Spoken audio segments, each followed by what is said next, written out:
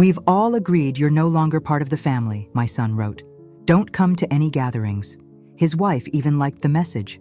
I replied, "Thanks for confirming. I'll cancel all the auto payments." By midnight, the group chat flooded with panic. 100 missed calls. "Where are you watching from today?" Drop your location in the comments below and hit that like and subscribe button. Let me tell you how I got to this moment. Sitting in my quiet living room at 2 a.m., watching my phone buzz with the desperation of people who finally realized they'd bitten the hand that fed them. And trust me, I'd been feeding them very, very well. It started 3 weeks earlier at my grandson Tyler's graduation party. I'd spent $2,400 on catering because my son David insisted we needed something nice for his boy. Never mind that Tyler hadn't spoken to me in 6 months, or that his mother Jennifer had been giving me the cold shoulder since I'd refused to co-sign their vacation loan. I showed up anyway because that's what grandmothers do, right? Wrong. Apparently, that's what ATMs do. I arrived early to help set up, wearing the blue dress Jennifer had specifically requested I wear because it photographed better. The backyard looked beautiful, white lights strung between the trees, tables draped in navy and gold. David was grilling burgers while Jennifer directed traffic like a general commanding troops. "Mom, you're here?" David said, barely looking up from the grill. "Can you handle the drinks table? Jennifer has a whole system." Of course she did. Jennifer always had systems, especially when they involved me doing the work while she took the credit. I spent 20 minutes arranging beverages according to her color-coded chart, wondering when exactly I'd become the hired help at my own grandson's party. The guests started arriving around noon. Family friends, Tyler's classmates, neighbors. I watched from my assigned post by the drinks table as people complimented Jennifer on the beautiful party. She smiled and thanked them graciously, never once mentioning who'd actually paid for it all. That should have been my first clue. Tyler opened his gifts on the back patio, surrounded by friends and family. I'd gotten him a $500 gift card to Best Buy, figuring an 18-year-old could use it for college tech. When he unwrapped it, he glanced at it briefly and said, "Oh, cool. Thanks, Grandma Ruth." Then he tossed it aside to open the next present. No hug, no real acknowledgement. Just the bare minimum politeness you'd show a distant acquaintance. I watched from my spot by the drinks table, refilling ice and pretending it didn't sting. When had my grandson stopped caring about me? When had I become just another obligation in his life? The answer came during Jennifer's speech. She stood up on the patio steps, wine glass in hand, her voice carrying across the yard. "I just want to thank everyone for being here today to celebrate Tyler's achievement. David and I are so proud of the young man he's become, and we're grateful for all the support our family has given him." Our family, not his grandmother, not the woman who'd paid for his private tutoring, his sports equipment, his graduation party. Our family. But it was what happened next that really opened my eyes. Jennifer continued her speech, detailing all the people who'd made Tyler's success possible. She thanked his teachers, his coaches, his friends. She thanked David's boss for being flexible with his schedule.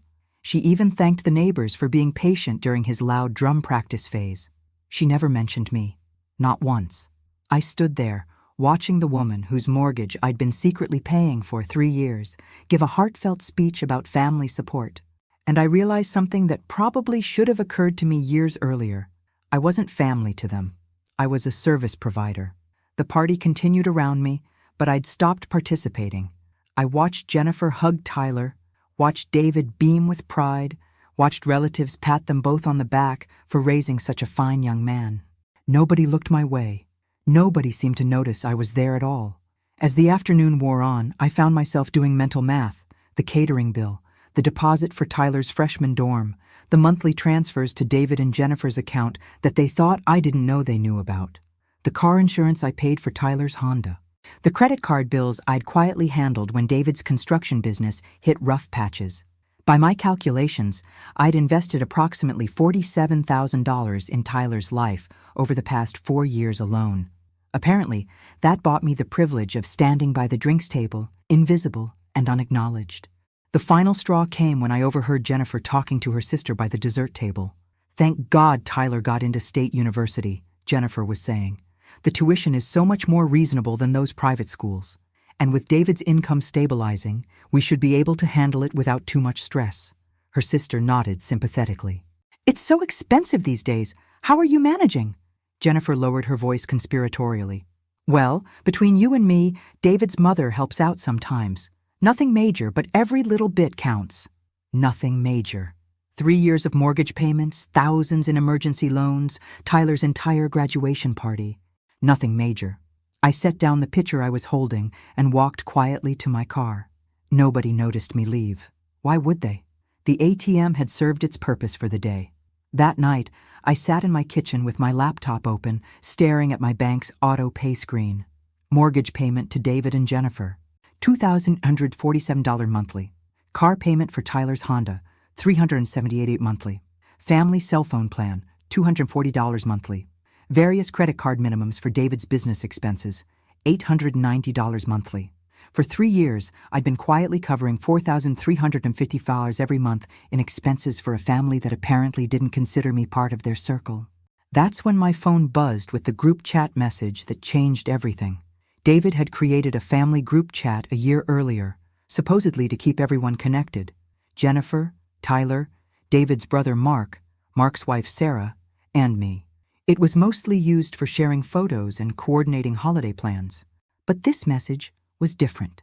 David: Hey everyone, Jennifer and I have been talking, and we think it's time for some boundaries. Mom, we've decided you're no longer part of our immediate family unit. We need space to grow as a nuclear family without interference. Please respect our decision and don't come to future gatherings. I stared at the message, reading it 3 times to make sure I understood correctly. Then I watched as Jennifer liked it. Mark liked it. Sarah liked it. Even Tyler, my grandson, who I'd supported through 18 years of life, liked the message. That's when I typed my response. Thanks for confirming. I'll cancel all the auto payments. And then I did exactly that. Mortgage payment, canceled. Car payment, canceled. Cell phone plan, canceled. Credit card auto pays, canceled. All of it. Every automatic transfer that had been quietly flowing from my account to theirs for years. By midnight, my phone had 47 missed calls and 73 text messages. The group chat had exploded with panic.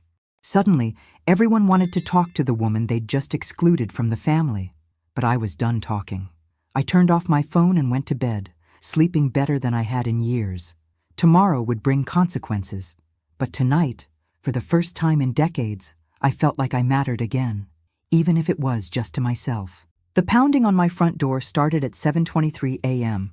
I know the exact time because I was sitting at my kitchen table, sipping coffee and watching the sunrise through my window, when the sound shattered the peaceful morning. Through the peephole, I could see David's face, red and angry. Behind him stood Jennifer, arms crossed, looking like she was preparing for war. I considered not answering, but curiosity got the better of me. After all, 12 hours ago, I apparently wasn't family. Now here they were, on my doorstep at dawn. Mom, what the hell have you done? David's voice cracked as I opened the door.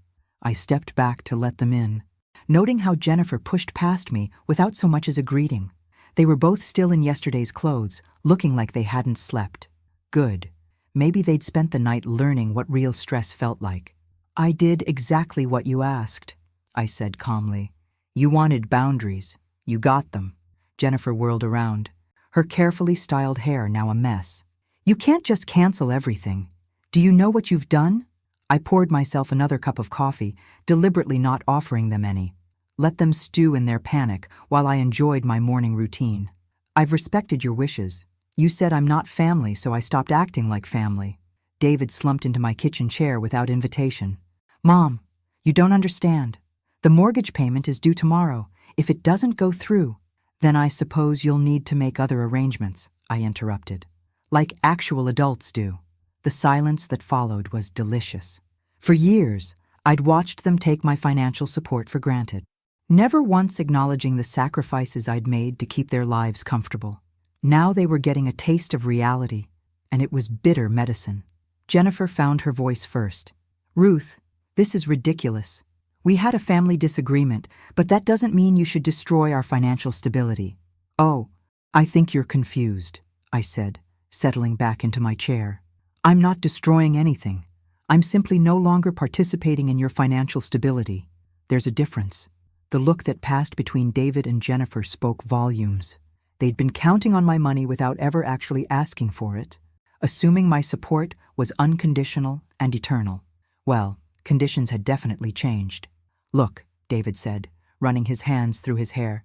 Maybe we were harsh yesterday. We were emotional about Tyler leaving for college, worried about becoming empty nesters. We didn't mean to hurt you. Actually, you did, I replied. You meant every word. You just didn't expect consequences. Jennifer tried a different approach, her voice honey-sweet with fake concern. Ruth, we're family. Family works through problems together. We don't abandon each other over misunderstandings. I almost laughed. The woman who'd liked a message excluding me from the family was now lecturing me about abandonment. The irony was thick enough to cut with a knife. You're right, Jennifer. Family doesn't abandon each other. So tell me, when exactly did you start considering me family again? Was it when you realized your mortgage payment was canceled? Or when Tyler's car payment bounced? David's phone buzzed. He glanced at it and paled. The bank's calling. They're asking about the missed payment. Better answer it, I suggested. Wouldn't want to damage your credit rating. As David stepped outside to take the call, Jennifer moved closer to me. Her mask of false sweetness finally slipped, revealing the calculating woman underneath. You can't do this to us, Ruth. We have obligations. Tyler's tuition deposit is due next week. The mortgage, the car payments, the credit cards. You know we can't cover all of this alone. Then perhaps you should have thought about that before excluding me from your family circle, I said. Amazing how quickly circumstances can change your perspective, isn't it? She leaned forward, her voice dropping to a whisper. What do you want? Money? An apology? What's it going to take to fix this? And there it was. The question that revealed everything about their relationship with me. In Jennifer's mind, I was a problem to be solved, a situation to be managed. She genuinely couldn't understand that this wasn't about negotiation. It was about dignity. I want you to leave, I said simply. David came back inside, his face ashen. They're starting foreclosure proceedings if we miss another payment. Mom, please, we need your help. No, you need my money. There's a difference. I stood up and walked to my front door, opening it meaningfully. I think we're done here. You have your boundaries and I have mine. Jennifer's composure finally cracked completely. This is insane. You're destroying your own family over hurt feelings. I'm not destroying anything, I said. I'm just no longer rebuilding what you tear down every day. They left, but not before Jennifer turned back with one final threat. You'll regret this, Ruth. When Tyler needs help with college, when David's business struggles, when we lose the house because of your selfishness, you'll regret it. I closed the door and locked it. Regret? The only thing I regretted was waiting so long to find my backbone. My phone rang within minutes. Tyler's name flashed on the screen. Grandma Ruth? His voice was small, uncertain. For the first time in months, he sounded like the little boy who used to spend weekends at my house. Dad says you're not helping with my car payment anymore. That's right, sweetheart. But I don't have a job yet. How am I supposed to make the payments? It was a fair question, and part of me ached hearing the confusion in his voice. But Tyler was 18 now, legally an adult, and yesterday he'd liked a message that cut me out of his life. I suppose you'll need to find employment, I said gently. Most college students work part-time to cover their expenses. This is because of that stupid group chat thing, isn't it? Grandma, I didn't mean anything by it. I was just, I don't know, going along with what everyone else was doing. And there was the truth that hurt most of all. He hadn't excluded me because he was angry or hurt. He'd done it because it was easier than standing up to his parents, because I didn't matter enough to defend. Tyler, I love you. I always will. But loving someone doesn't mean enabling them to treat you badly. So you're punishing me because my parents are idiots? The question caught me off guard. Maybe Tyler understood more than I'd given him credit for. I'm not punishing anyone, I said. I'm teaching all of you that actions have consequences, that people, even grandmothers, have limits. After I hung up, I made myself a sandwich and sat down with a legal pad. If I was going to rebuild my life without being anyone's ATM, I needed a plan. First, I called my financial advisor, Margaret Chen. We'd worked together for 15 years, and she'd been diplomatically questioning my family's financial dependence for at least 5 of those years. "Ruth," she said warmly, "I saw some unusual account activity yesterday. Is everything all right?" "Everything's perfect." "Margaret, I need to schedule a meeting to discuss redirecting some of my automatic payments.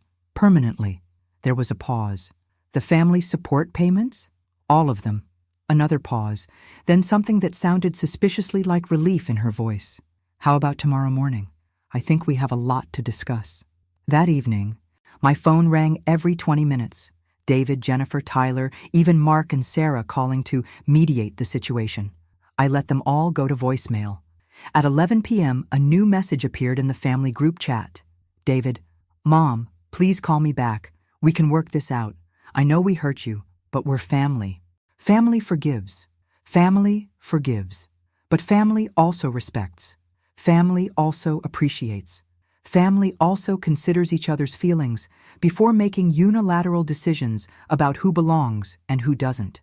I typed back one final message. Family is a two-way street. You'll figure out what that means when you're ready. Then I left the group chat entirely. For the first time in 3 years, I fell asleep without worrying about someone else's bills.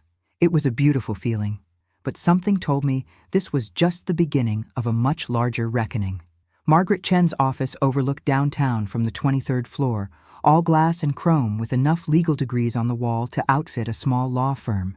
I'd always felt slightly intimidated by the setting, but this morning I walked in like I owned the place. Funny how cutting toxic people out of your life can improve your posture. "Ruth, you look different," Margaret said, gesturing to the chair across from her mahogany desk. "Lighter somehow. $4,300 lighter every month. To be exact," I replied, settling in with my purse and the folder I'd prepared. "And yes, I feel wonderful." Margaret pulled up my accounts on her computer, her expression growing more pleased with each screen. "I have to say, Ruth, I've been hoping for this conversation for years. Your family's financial dependence has been concerning." "Tell me exactly how concerning." She turned her monitor so I could see the numbers. "In the past 5 years, you've transferred approximately $287,000 to various family members. Your retirement savings growth has been stunted by constant withdrawals. At your current age, you should be accumulating wealth, not depleting it." I stared at the figure. $287,000. Almost $300,000 I'd given to people who just told me I wasn't family. What would my net worth be if I hadn't made those transfers? Margaret clicked through several screens, running calculations. "Conservatively, you'd have about $840,000 more in your retirement accounts. With proper investment growth, potentially over $1 million. $1 million. I'd essentially given away $1 million retirement to fund my family's lifestyle, and they'd repaid me by cutting me out of their lives. Margaret, I want to make some changes. Big ones." Over the next hour, we restructured my entire financial life. The mortgage payment money would now go into a high-yield savings account. The car payment money would fund a new travel fund.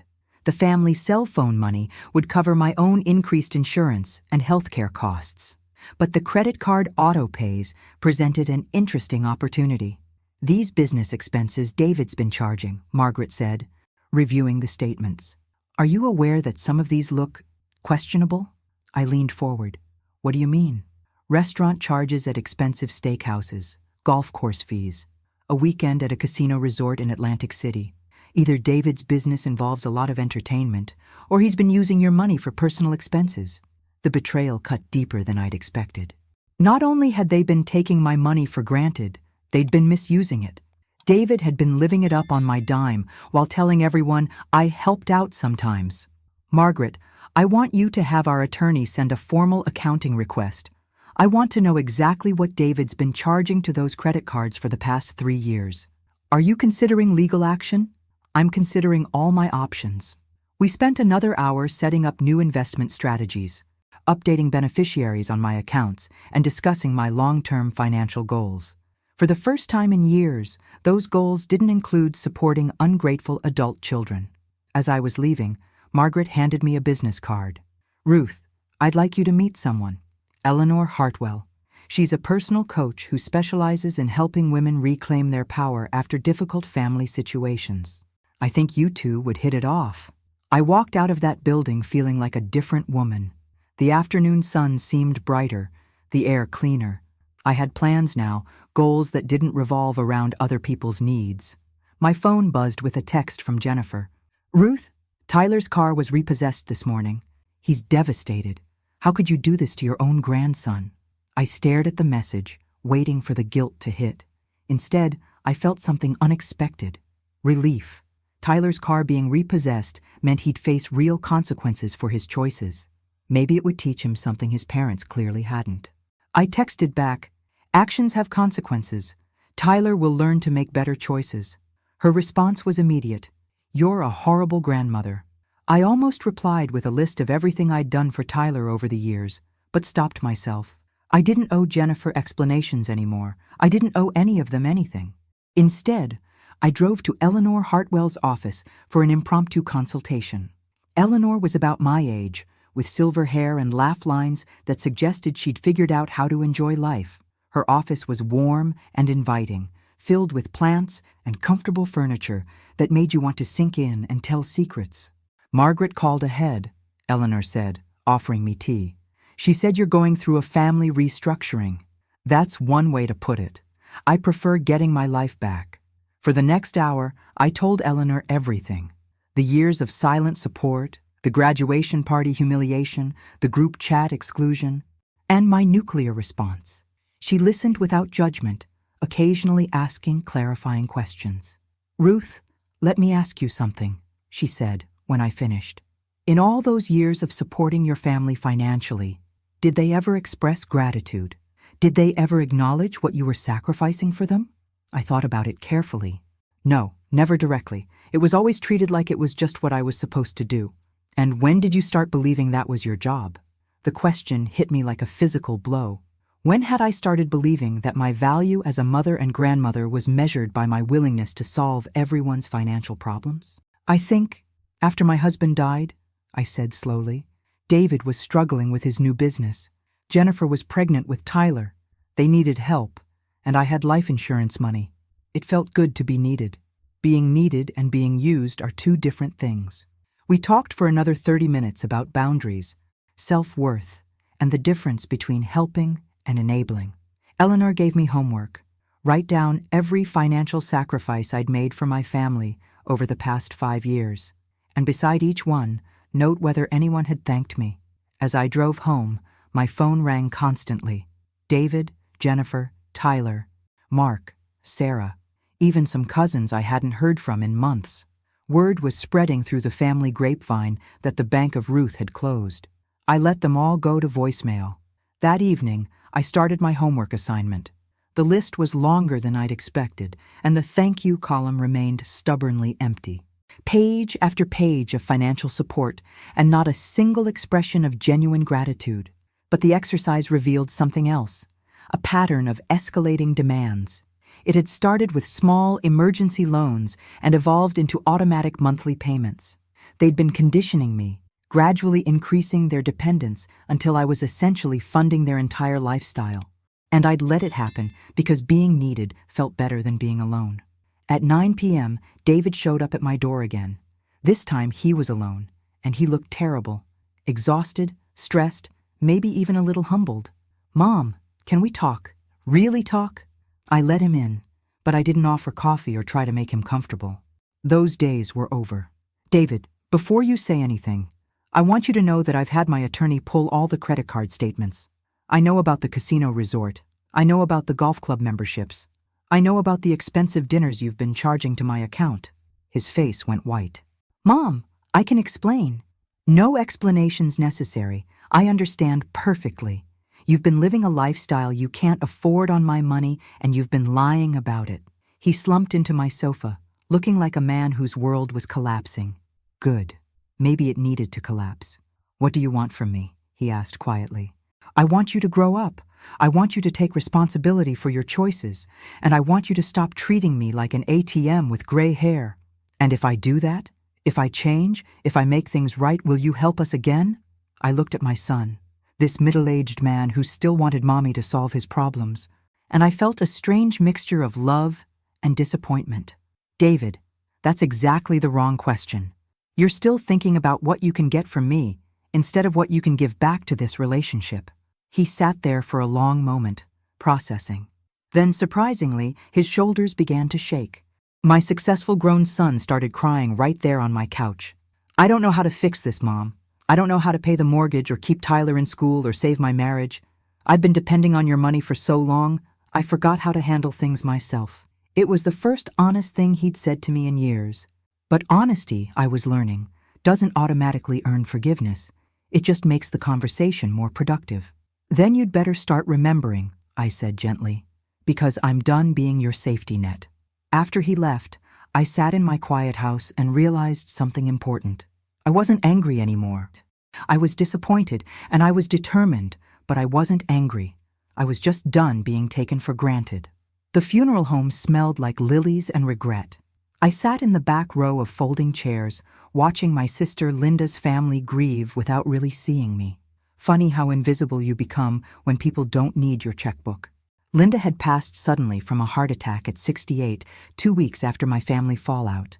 Her memorial service was packed with friends, neighbors, and relatives I hadn't seen in years. David and Jennifer sat in the front row with Tyler, playing the part of bereaved nephew and family.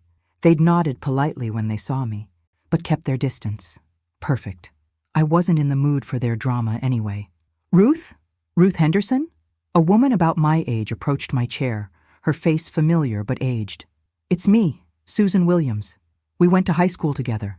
It took me a moment to place her, then the memories flooded back. Susan Peterson, cheerleader, prom queen, the girl who'd married her high school sweetheart and moved to California before graduation. Susan, my goodness, it's been 40 years? 42, she laughed, settling into the empty chair beside me. I moved back east last year after my husband passed. I'm living in Millbrook now, about an hour from here. We caught up quietly during the service. Susan had raised 3 children in California, worked as a nurse for 30 years, and recently become a widow. Her kids were scattered across the country, busy with their own lives. They're good kids, she said, but they treat me like I'm fragile now, like I might break if they don't manage every detail of my life. I understood that feeling completely. After the service, Susan and I found ourselves at the same table during the reception. David made a brief appearance to pay his respects, but he was clearly uncomfortable with my presence. Good. Let him squirm. Your son seems nervous, Susan observed, watching David retreat to the opposite side of the room. We're going through a family adjustment period, I said diplomatically. Susan raised an eyebrow. That sounds like code for something interesting. I found myself telling her the whole story. The years of financial support, the graduation party humiliation, the group chat exclusion, and my decision to cut off funding. Susan listened with growing amazement. You've been paying their mortgage for 3 years? She asked. Ruth, that's incredible. And not in a good way. I'm starting to realize that. My oldest son tried something similar last year, Susan said. Asked me to co-sign a loan for a boat. A boat? When I said no, he accused me of being selfish with his inheritance, as if my money was already his. What did you do? Susan smiled wickedly. I bought myself a boat, a beautiful little sailboat that I keep at the marina. Every weekend, I post pictures of myself sailing with my new friends. My son doesn't ask for money anymore. We exchanged phone numbers before leaving, making plans to meet for lunch the following week. As I drove home, I realized I felt better than I had in months. Susan understood. She'd faced similar family manipulation and found a way to reclaim her life. Maybe I wasn't alone in this after all. The next morning brought an unexpected visitor. Tyler stood on my doorstep, looking younger than his 18 years, holding a folded piece of paper. Grandma Ruth, can I come in? I studied my grandson's face. He looked tired, stressed, and genuinely remorseful. Part of me wanted to hug him and fix everything immediately. The other part reminded me that he'd liked that message just as enthusiastically as the adults. Come in, Tyler. We should talk. He settled nervously on my sofa, still clutching the paper. I wrote you a letter, he said, offering it to me. I've been thinking about everything that happened, and I wanted to explain myself. I unfolded the handwritten letter. noting that Tyler had taken care with his penmanship. The words were carefully chosen, clearly thought out. Dear Grandma Ruth, I want to apologize for liking that message in the group chat. I know it hurt you, and I'm sorry. I was being a coward, going along with what my parents wanted instead of thinking for myself. I've been thinking about all the things you've done for me over the years. The money for my car, sure, but also the other stuff. When I was little, you were the only one who remembered I liked strawberry ice cream better than chocolate. You came to my baseball games even when it was raining.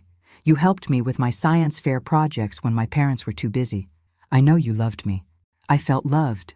But somewhere along the way, I started taking that for granted. I stopped saying thank you. I stopped appreciating you. Mom and Dad keep saying this is all about money, but I think it's about respect, and I haven't been respectful. I'm sorry for that.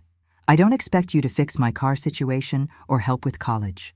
I got a job at the campus bookstore, and I'm applying for more financial aid. I want to figure things out for myself, but I hope someday you'll forgive me, because I miss my grandma, the real one, not the one who just wrote checks. Love, Tyler. I folded the letter carefully, surprised by the tears threatening my eyes. This was the first genuine apology I'd received from anyone in my family. Tyler, this is beautiful. Thank you for taking the time to write it. Do you forgive me? I looked at my grandson, this young man who was finally taking responsibility for his choices. I forgive you. But forgiveness doesn't mean everything goes back to the way it was. He nodded seriously. I understand. I just wanted you to know that I'm sorry and that I'm going to do better. We talked for another hour. Tyler told me about his new job, his plans for college, and his growing awareness of how his parents had been manipulating the family dynamics. He was more mature than I'd given him credit for, just buried under years of enabling. Grandma, can I ask you something? Of course. Are you happier now, since you stopped helping everyone financially? The question surprised me with its insight. Yes, Tyler, I am happier. I'm discovering who I am when I'm not just solving other people's problems. Good. You deserve to be happy.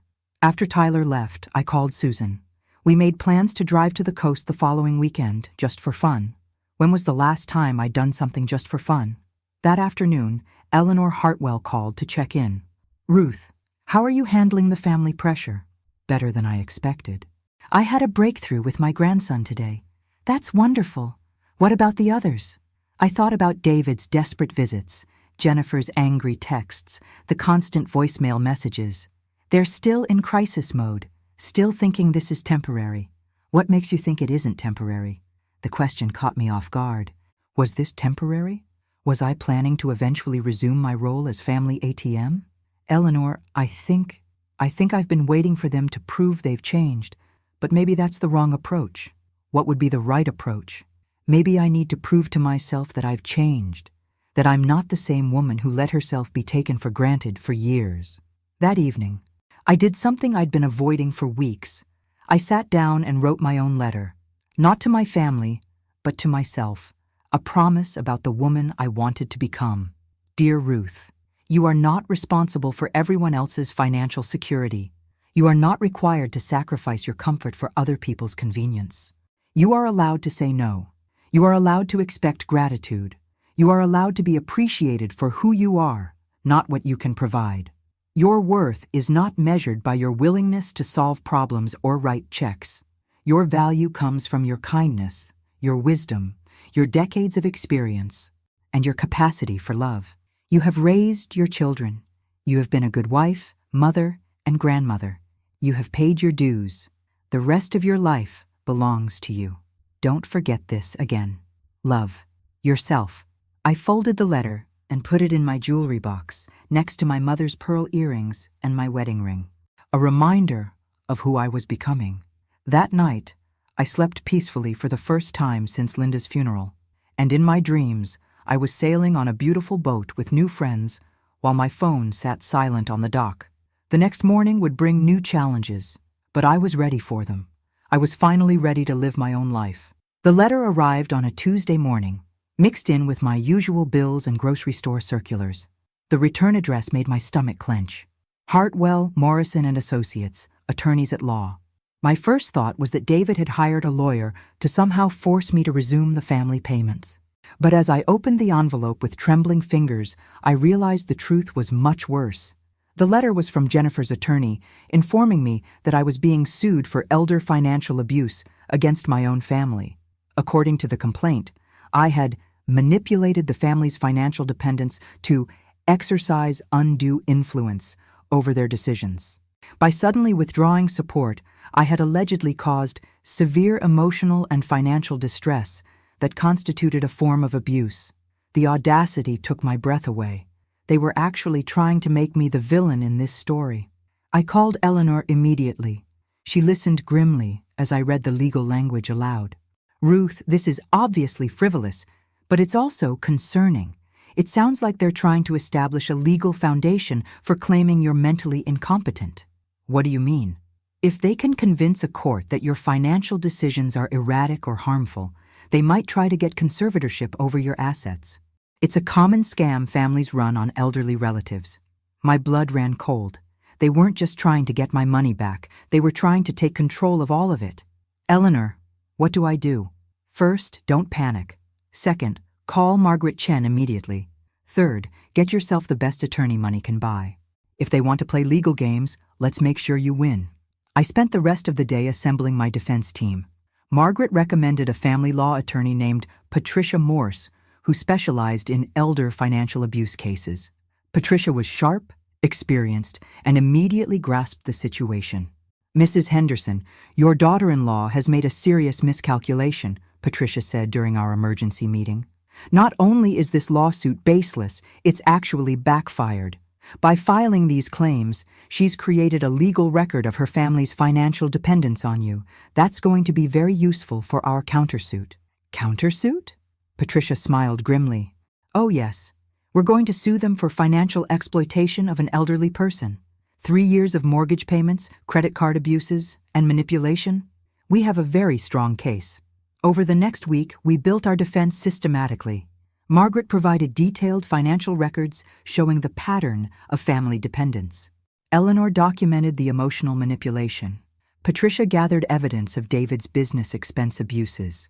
But the most damaging evidence came from an unexpected source.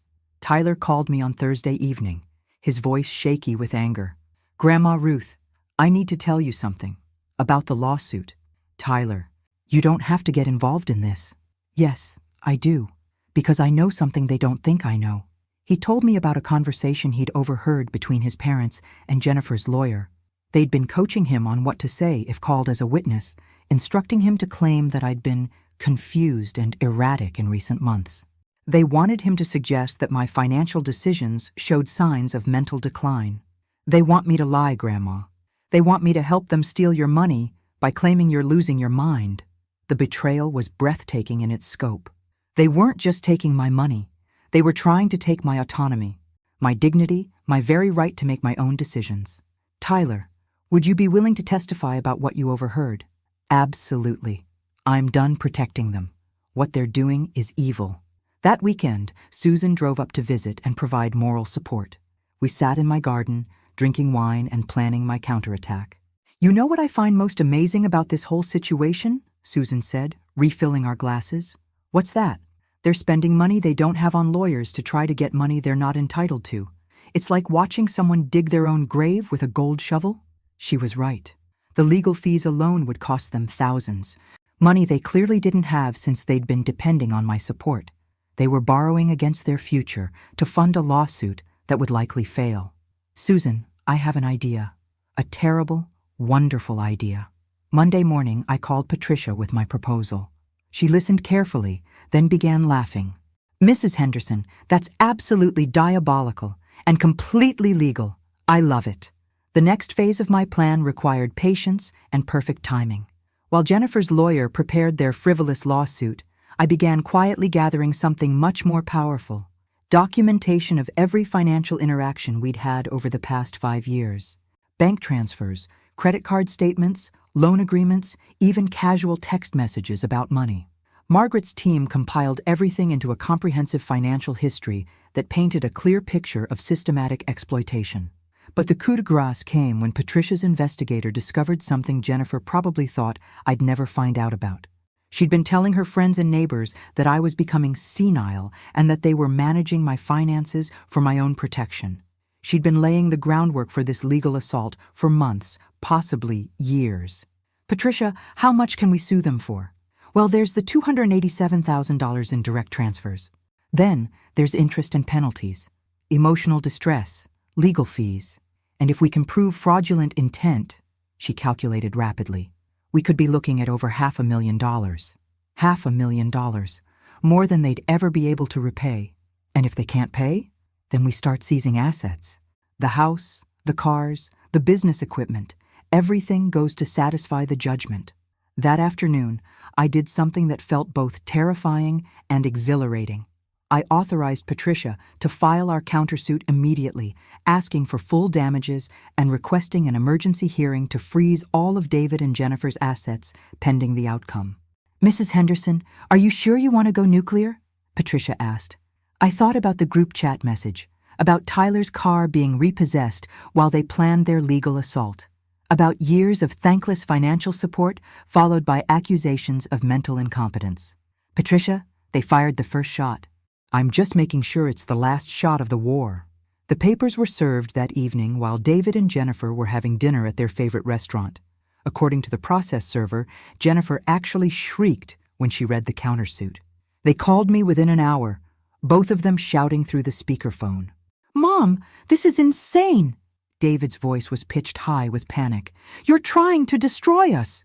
No, David, I'm trying to protect myself from people who've been systematically exploiting me for years. We never exploited you, Jennifer screamed. We loved you. We included you in our family. You included my bank account in your family. There's a difference. The conversation devolved into threats and accusations, but I hung up feeling oddly calm. For the first time in this entire mess, I was playing offense instead of defense. That night, Eleanor called to check on me. Ruth, how are you feeling about escalating things legally? Honestly, I feel powerful. For years, I've been reacting to their demands, their crises, their emotional manipulation. Now I'm setting the terms. And if they apologize? If they try to make amends? I thought about that carefully. Eleanor, I think we're past apologies. They tried to have me declared mentally incompetent to steal my money. That's not a mistake or a misunderstanding. That's a calculated assault on my dignity and freedom. So what's your end game? My end game is showing them that actions have consequences, that you can't treat people badly and expect them to keep enabling you forever. And what about Tyler? Tyler was the one part of this situation that still caused me pain. But even that was getting clearer. Tyler's learning that sometimes doing the right thing means standing up to the people you love. It's a hard lesson, but an important one. The legal battle would take months to resolve, but I already felt like I'd won something more important than money. I'd won back my self-respect. Tomorrow would bring new challenges, but tonight I was sleeping in my own bed, in my own house, making my own decisions about my own life. For the first time in years, I felt like I was exactly where I belonged. The mediation conference was scheduled for 9 a.m. on a gray November morning. Patricia had prepared me thoroughly, but walking into that sterile conference room still felt like entering a battlefield. David and Jennifer sat on one side of the long table with their attorney, a nervous-looking man who kept shuffling papers. I took my seat across from them with Patricia beside me, noting how they avoided eye contact. Jennifer looked terrible. She'd lost weight, and her usually perfect hair was showing gray roots. David's suit was wrinkled, and he had the hollow-eyed look of someone who hadn't been sleeping. Good. Maybe they were finally understanding the gravity of their situation.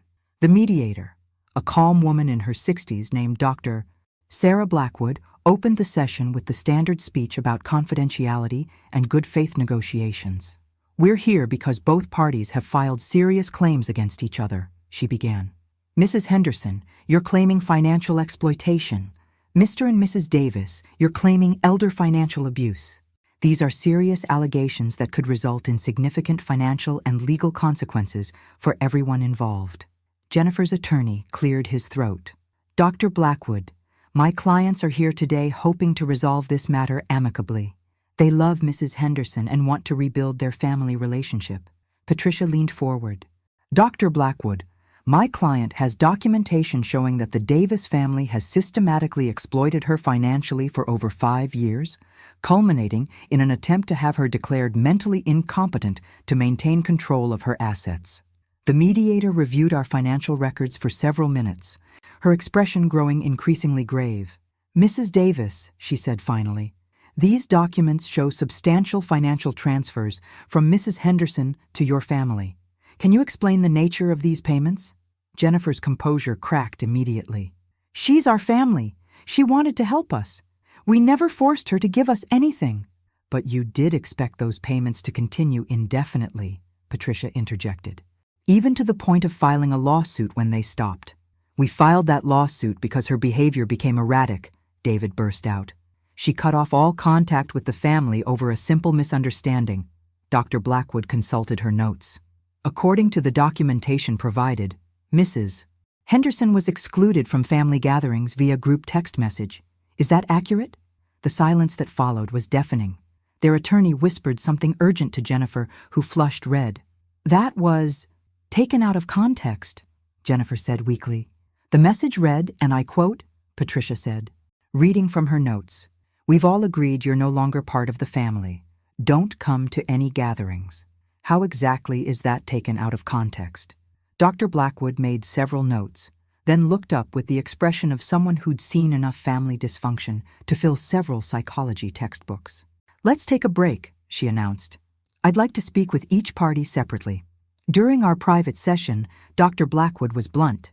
"Mrs. Henderson, based on the documentation you've provided, you have an extremely strong case for financial exploitation.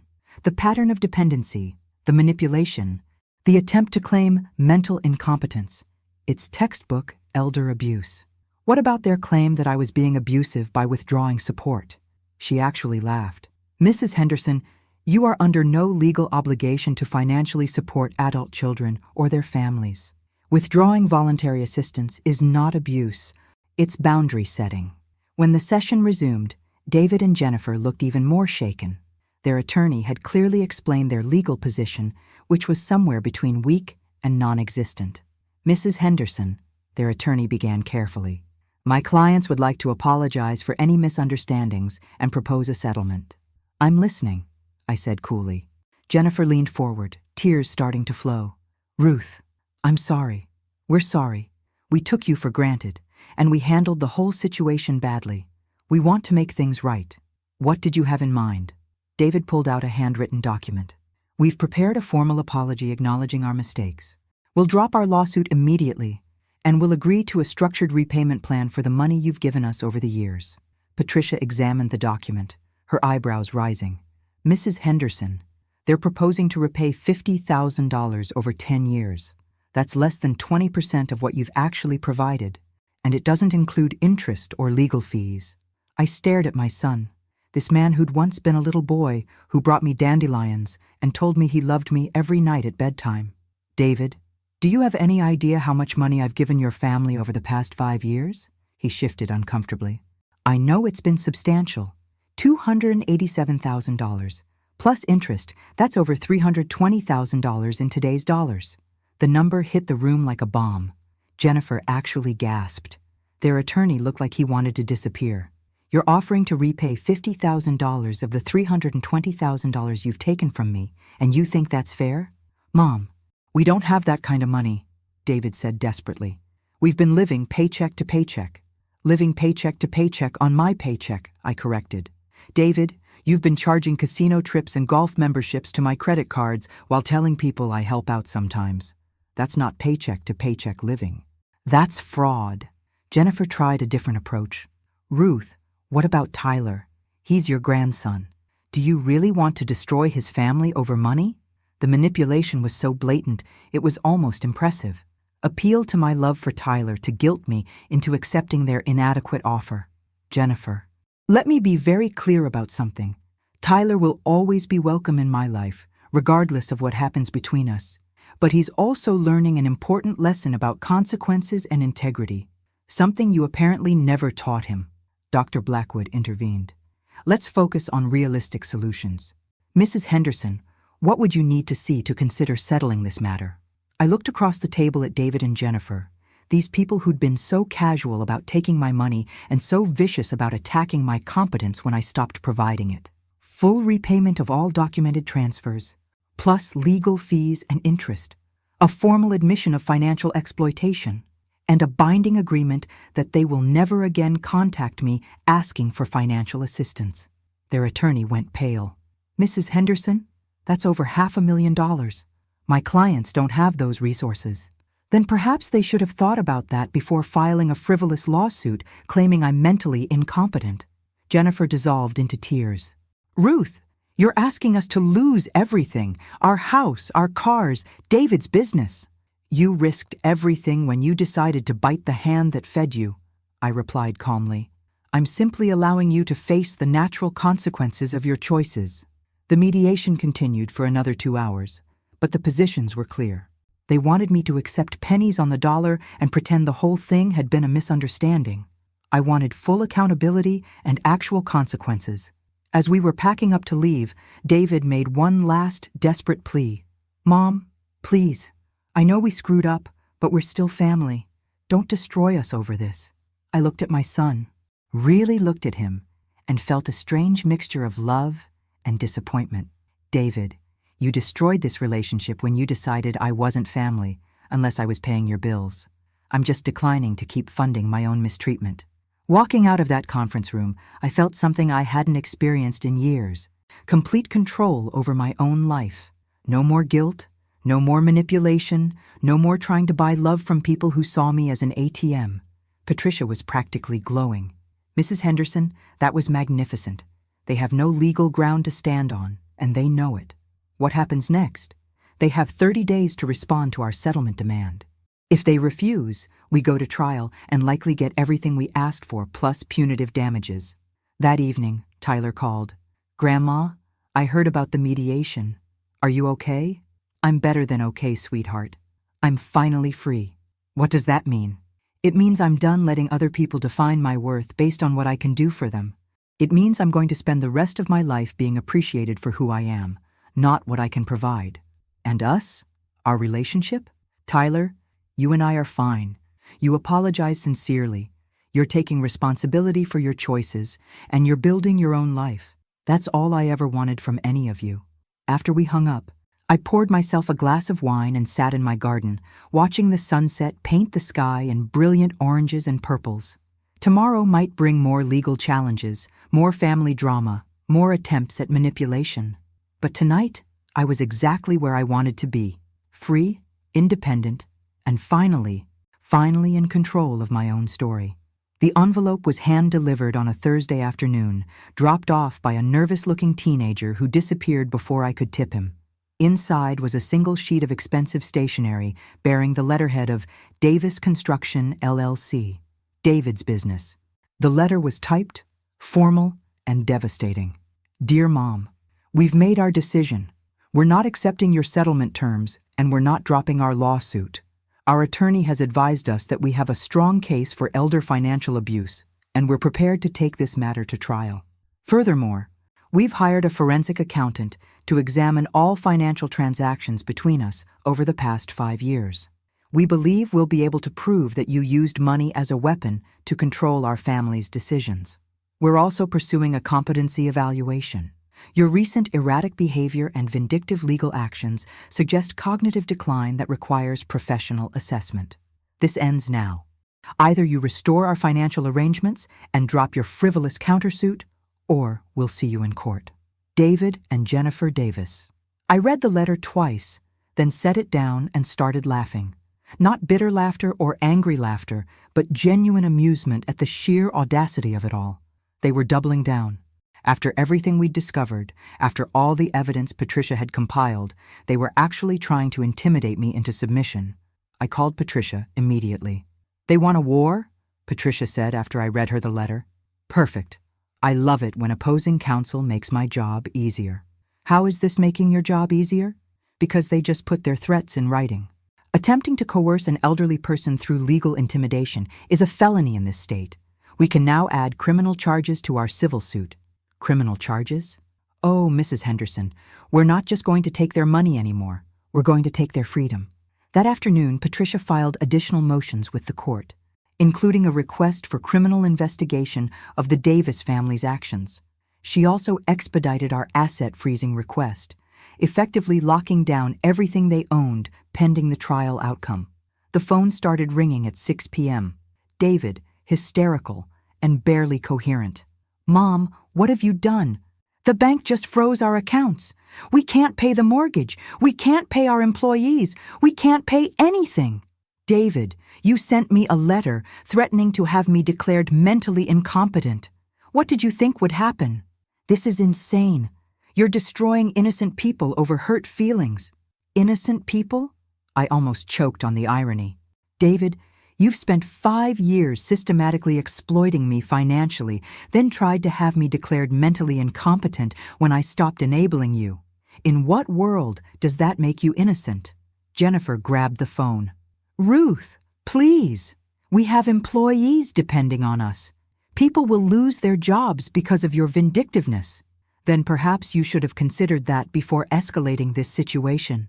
We can't take back what we wrote. Please, we'll accept your settlement terms. We'll agree to anything." It was too late for that, and we both knew it. They'd crossed a line by threatening my mental competency, and there was no walking that back. "Jennifer, you had multiple opportunities to resolve this reasonably. You chose aggression instead. Now you'll live with the consequences." I hung up and immediately called Eleanor. "Ruth, how are you handling the escalation?" "Honestly, I feel powerful. For the first time in this whole mess, I'm not reacting to their moves. I'm making the moves." "Are you concerned about the family relationships?" I thought about that carefully. "Eleanor, what relationship? For 5 years, they've seen me as a resource to be managed. When I stopped being useful, they tried to have me declared incompetent. That's not a relationship worth preserving. What about Tyler?" Tyler remained the one bright spot in this disaster. He'd called earlier to tell me he'd been subpoenaed to testify and was actually looking forward to it. "Grandma, I want to tell the truth about what they did, about how they talked about you, how they planned this whole thing. People need to know." The trial was scheduled for February, but the criminal investigation moved faster. Detective Maria Santos from the Elder Abuse Unit called on Friday morning. "Mrs. Henderson, I've reviewed your complaint and the supporting documentation. We're opening a formal investigation into financial exploitation and attempted fraud." What does that mean? It means Mr. and Mrs. Davis could be facing felony charges. Financial exploitation of an elderly person carries a maximum sentence of 10 years in prison. 10 years. The number hit me like a physical blow. I'd wanted accountability, consequences, justice, but the thought of my son in prison for a decade was almost unbearable. "Detective Santos, what if they were to plead guilty and agree to full restitution?" That would be up to the district attorney's office. But it's certainly possible, especially for first-time offenders. That evening, Susan drove up for a planned visit, arriving to find me sitting in my garden, staring at the sunset. "Ruth, you look troubled. What's happening?"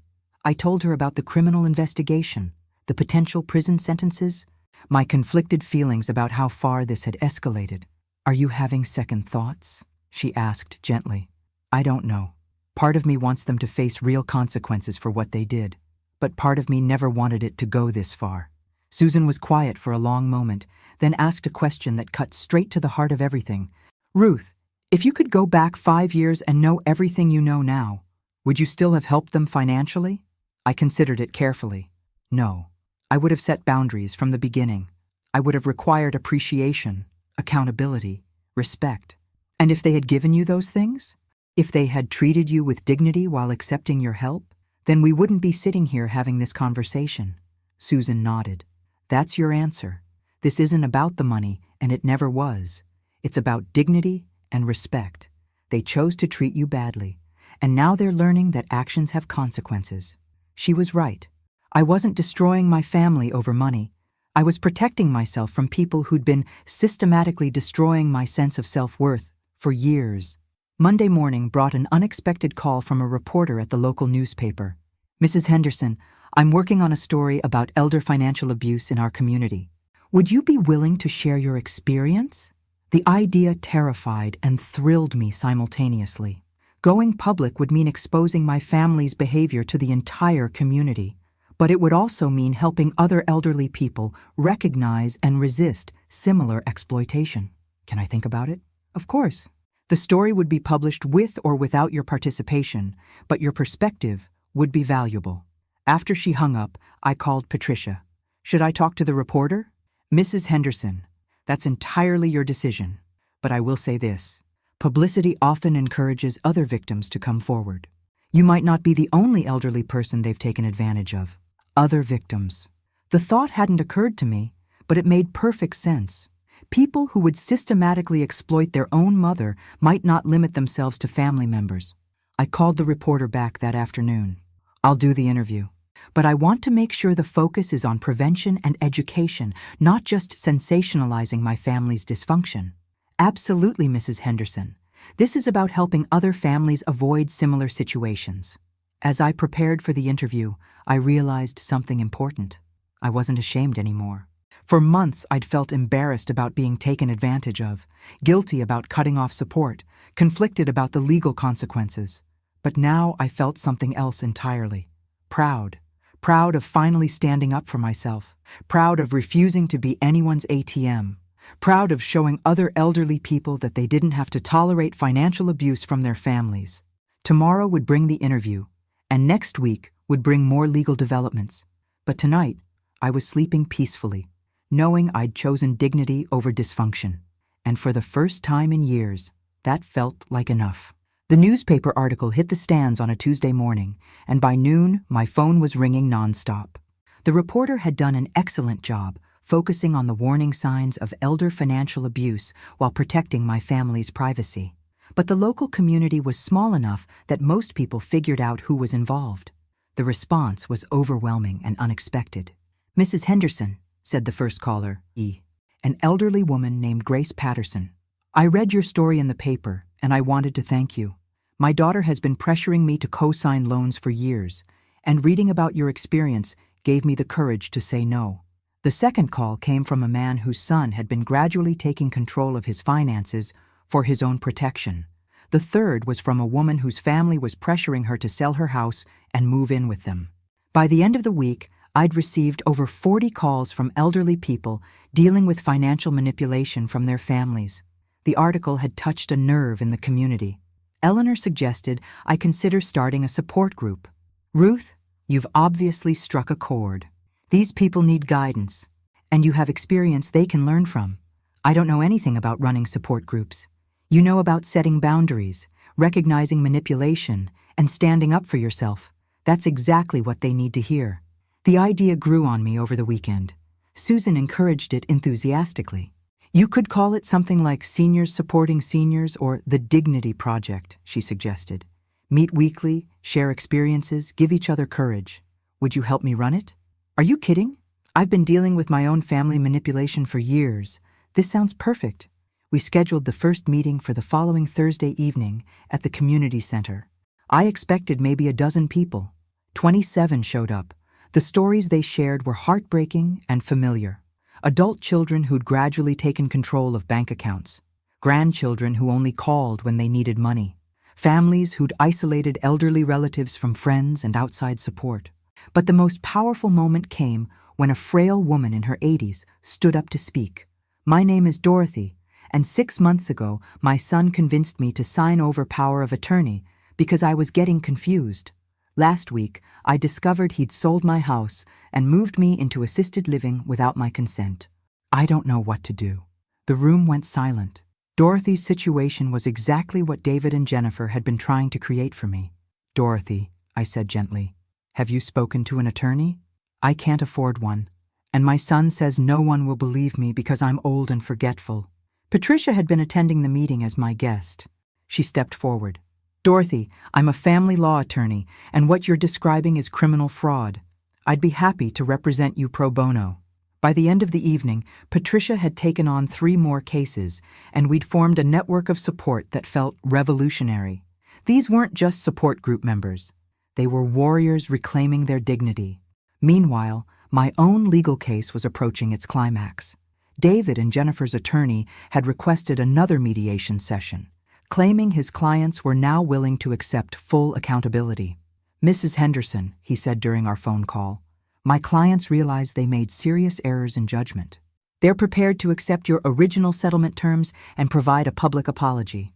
What about the criminal investigation? They're hoping that full restitution might convince the district attorney to consider reduced charges." I discussed it with Patricia, who was skeptical. "They're desperate. Mrs. Henderson, the criminal investigation has uncovered some additional financial irregularities. Apparently, they've been running similar schemes on other elderly family members." "Other family members?" "Jennifer's grandmother on her father's side. David's great-aunt. They've been systematically exploiting elderly relatives for years." "You were just the biggest score." The revelation was sickening. This wasn't a family disagreement that got out of hand. It was a pattern of predatory behavior targeting vulnerable elderly people.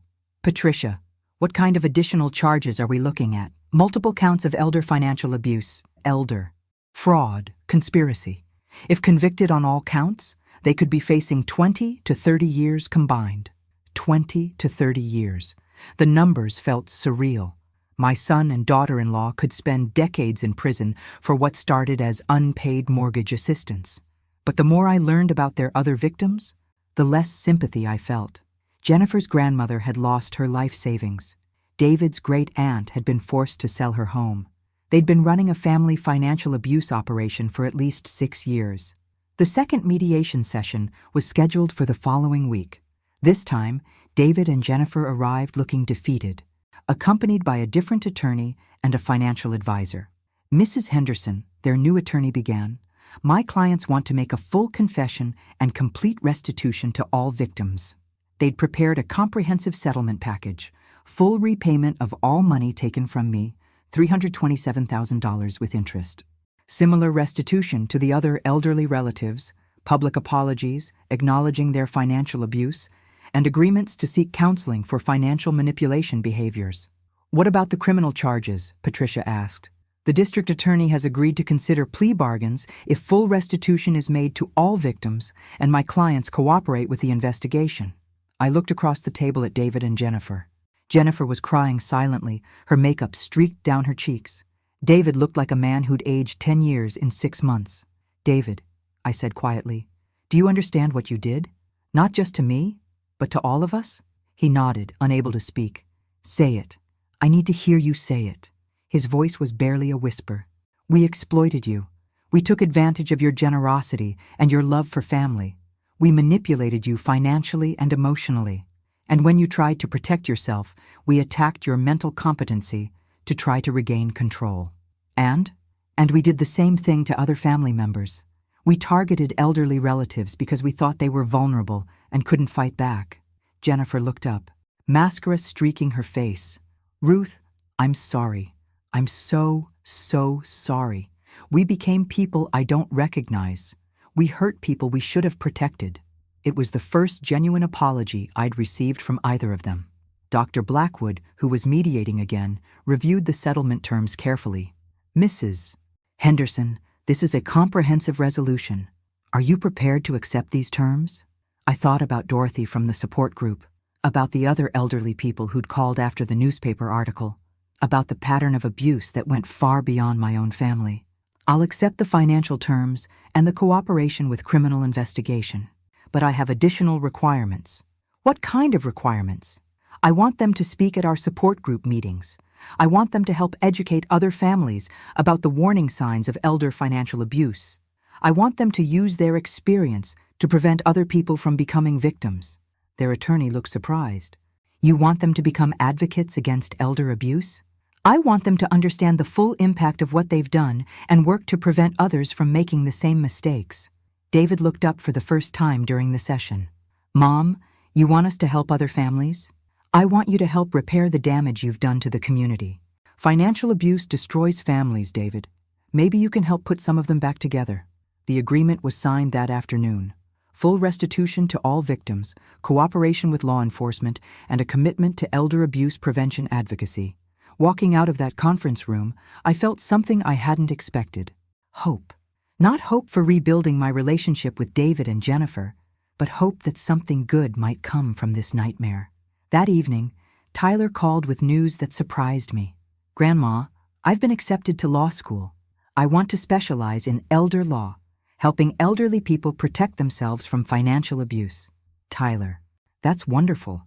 What inspired the career change? You did. Watching you fight back showed me that someone needs to stand up for people who are being taken advantage of. I want to be that someone. As I hung up the phone, I realized that the most important victory wasn't the money I'd recovered or the justice I'd achieved. It was the example I'd set for my grandson and the dozens of other elderly people who were now finding their voices. Tomorrow would bring new challenges, but tonight I was proud of who I'd become.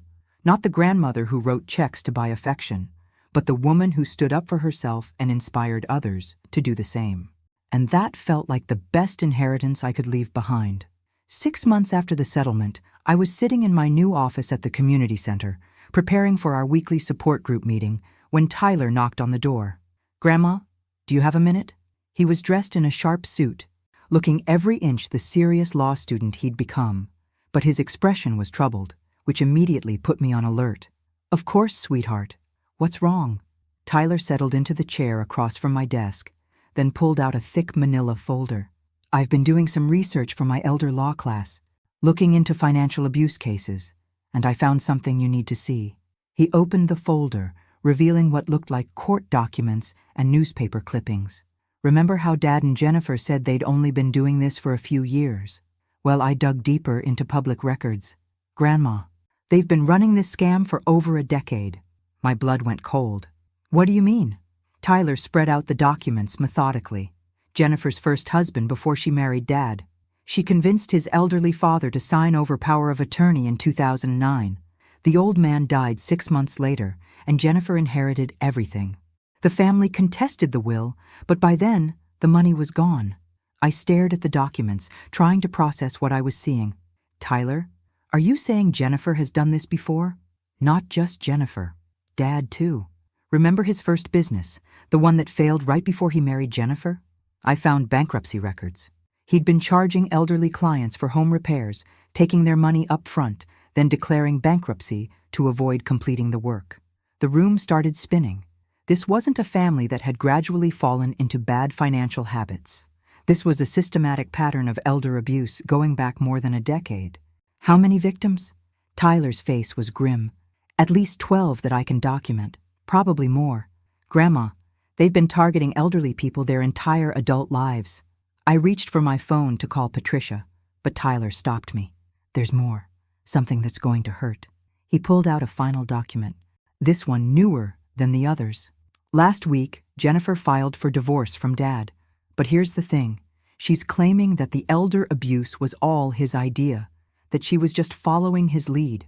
She's trying to cut a deal with the district attorney to testify against him in exchange for reduced charges." The betrayal was stunning. After everything they'd done together, Jennifer was now throwing David under the bus to save herself. "Where's your father now?" "He's moved back in with Uncle Mark temporarily. He's been calling me, wanting to meet and explain everything. I think he's finally ready to tell the whole truth." I agreed to meet David that evening at a neutral location, a quiet diner on the edge of town where we could talk privately. He was waiting when I arrived, looking haggard and defeated. "Mom, thank you for coming. I know you don't owe me anything." I slid into the booth across from him, noting how much weight he'd lost, how gray his hair had become. "Tyler told me about Jennifer's plea bargain, and about the other victims." David's shoulders sagged. "So you know." "I know some of it. I want to hear the rest from you." For the next 2 hours, David told me a story that was even worse than I'd imagined. Jennifer had been running elder abuse scams since her early 20s, targeting wealthy elderly people through dating sites, church groups, and community organizations. She'd refined her techniques over the years, becoming expert at identifying vulnerable targets and gaining their trust. "She taught me everything," David said, his voice hollow.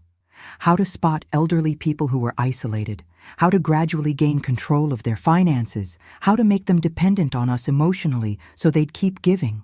"David, you're talking about predatory behavior. You were deliberately targeting vulnerable people." "I know that now. But at the time, Jennifer made it seem like we were just accepting generosity from people who wanted to help family. She had a way of justifying everything." "What about me?" Was I just another target? David looked up, and I saw tears in his eyes. You were different. You're my mother. I love you. But Jennifer convinced me that you wanted to help, that taking your money was just letting you feel useful and needed. For 5 years, David, you let me pay your bills for 5 years while treating me like hired help. I know, and I hate myself for it. Mom, I want to make this right. How? David pulled out his own folder of documents. I've been working with a private investigator, documenting all of Jennifer's previous victims. I want to help them get their money back. I want to testify against her in court. I want to make sure she never does this to another family. The conversation continued until almost midnight. David told me about elderly victims who'd lost life savings, about families torn apart by Jennifer's manipulations, about a pattern of abuse that spanned multiple states and countless victims. Why are you telling me all this now? I asked finally. Because Tyler made me realize something. He said you didn't fight back just for the money. You fought back to protect other people from going through what you went through. And he's right. If I don't help stop Jennifer, she'll just find new victims. A week later, I sat in the district attorney's office with Patricia, Tyler, and David as prosecutors outlined their expanded case against Jennifer. With David's cooperation, they'd identified 17 additional victims and recovered evidence of a sophisticated elder abuse operation. Mrs. Henderson, the lead prosecutor said, your decision to fight back has potentially saved dozens of future victims. Jennifer Wright, that's her real name, by the way, has been running these scams across multiple states for over 15 years. Wright wasn't even her real last name. She'd been using false identities, fake references, and forged documents to gain credibility with her targets. What kind of sentence is she looking at? With the additional charges and the pattern of predatory behavior, we're looking at 40 to 60 years. She'll likely die in prison. David flinched at the number, but didn't object. He'd made his choice to cooperate fully, understanding that justice sometimes required painful sacrifices. The support group meeting that Thursday was larger than usual. Word had spread about the criminal investigation, and several people had driven from neighboring counties to attend. Dorothy, whose son had stolen her house, stood up to share an update. I wanted everyone to know that thanks to Patricia and this group, I got my house back. My son has been arrested, and I'm living independently again. The applause was thunderous. Dorothy had become a symbol of what was possible when elderly people refused to be victims. But more importantly, she continued, I've learned that age doesn't make us powerless. It makes us experienced. And experience is the best weapon we have against people who try to take advantage of us. After the meeting, Tyler pulled me aside. Grandma, I've been thinking about something. This support group, the legal work you're doing, the advocacy, it's become bigger than just our family situation. What do you mean? I mean you've started a movement. People are calling you the Dignity Grandmother online. There are support groups starting in other cities, modeling themselves after ours. You've become a symbol. A symbol. The idea was both flattering and terrifying. Tyler, I just wanted people to stop taking advantage of me. And in the process, you've shown thousands of other elderly people that they don't have to tolerate abuse either. That's bigger than just our family, Grandma. That's changing the world. As I drove home that night, I thought about the strange turns my life had taken. A year ago, I'd been a lonely widow writing checks to buy family affection. Now I was leading a movement, helping elderly people across the country find their voices and reclaim their dignity. The road ahead still held challenges. Jennifer's trial was scheduled for next month, and there would likely be more victims coming forward. David was facing his own legal consequences, though his cooperation had earned him a more favorable plea agreement. But for the first time in years, I felt like I was exactly where I was supposed to be. Not as someone's ATM or enabler, but as an advocate for people who'd been forgotten and dismissed. And tomorrow, I'd wake up ready to fight for them again. The courtroom was packed on the morning of Jennifer's sentencing. I sat in the front row with Tyler, Patricia, and 6 other elderly victims who'd traveled from across the state to see justice served. After 18 months of legal proceedings, this was finally the end. Jennifer looked smaller than I remembered, dressed in an orange jumpsuit with her hair pulled back severely. The woman who'd once commanded my kitchen and controlled my family's finances now sat shackled at the defendant's table, awaiting her fate. Judge Margaret Steinberg was known for her tough stance on elder abuse cases. She'd reviewed all the evidence, heard from 17 victims, and listened to David's testimony about the scope of Jennifer's operations. "Ms. Wright," the judge began, using Jennifer's real name, "you have been convicted of multiple counts of elder financial abuse, fraud, identity theft, and conspiracy. The evidence shows a pattern of predatory behavior spanning over 15 years and affecting dozens of elderly victims across multiple states." I watched Jennifer's face remain expressionless as the judge continued. "The court has received victim impact statements from 23 elderly people whose lives you've destroyed. You've stolen life savings, destroyed family relationships, and left vulnerable people homeless and destitute." The judge paused, consulting her notes. "However, the court has also received several letters on your behalf, including one from Mrs. Ruth Henderson, whose family you targeted most recently." I'd agonized over that letter for weeks. Patricia had advised against it. Tyler had questioned my motives, but Eleanor had helped me understand why I needed to write it. "Your Honor," I'd written, "I do not ask for leniency for Jennifer Wright. She is a predator who targeted vulnerable elderly people with calculated cruelty. However, I want the court to know that her victims are not just broken elderly people. We are strong, resilient individuals who have survived and thrived despite her abuse. We have found our voices, reclaimed our dignity, and built a community of support that will outlast any prison sentence you impose. Jennifer Wright stole our money, but she could not steal our spirit." Judge Steinberg continued reading from my letter. "Mrs. Henderson writes that while she supports the maximum sentence, she wants the court to understand that the victims in this case have become advocates and leaders, helping other elderly people recognize and resist financial abuse." The judge set down the letter and looked directly at Jennifer. "Ms. Wright, based on the severity of your crimes, the pattern of predatory behavior, and the extensive harm you've caused to vulnerable victims, this court sentences you to 55 years in federal prison without the possibility of parole." 55 years. Jennifer would die in prison. There was no visible reaction from Jennifer, but I felt something I hadn't expected. Not satisfaction, but resolution. The woman who'd tried to steal my dignity and destroy my family's future would never hurt another elderly person. After the hearing, the victims gathered outside the courthouse for what had become an impromptu support meeting. Dorothy was there, along with Grace Patterson and several others from our Thursday group. "What happens now?" asked Eleanor Murphy, a woman whose daughter-in-law had stolen her jewelry collection. "Now we keep fighting," I said. "This was never just about Jennifer or my family. This was about showing elderly people everywhere that they don't have to tolerate abuse." Tyler approached with a newspaper reporter who'd been covering the case. "Mrs. Henderson, how do you feel about the sentence?" "I feel like justice has been served. But more importantly, I feel proud of what all the victims accomplished by speaking up. We showed that elderly people are not helpless targets. We're experienced, intelligent individuals who refuse to be silenced." That afternoon, I received a call that surprised me.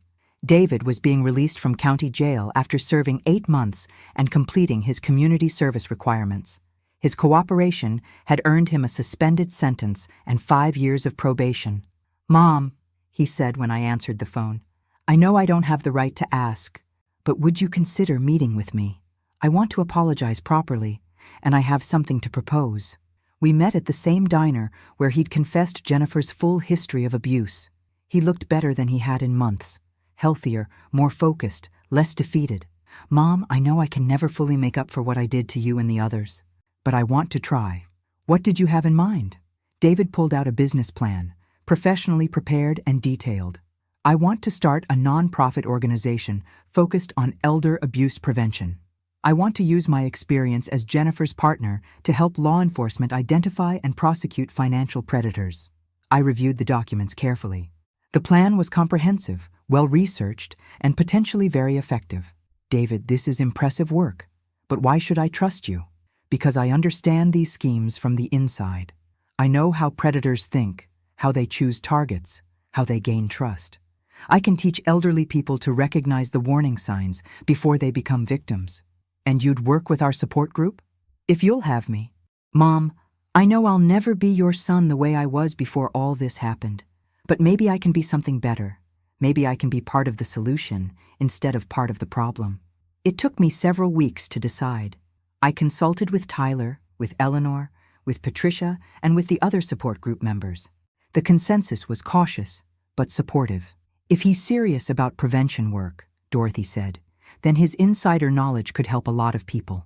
6 months later, David's nonprofit, the Dignity Defense Foundation, had helped identify 3 new elder abuse operations and assisted law enforcement in recovering over $400,000 for elderly victims.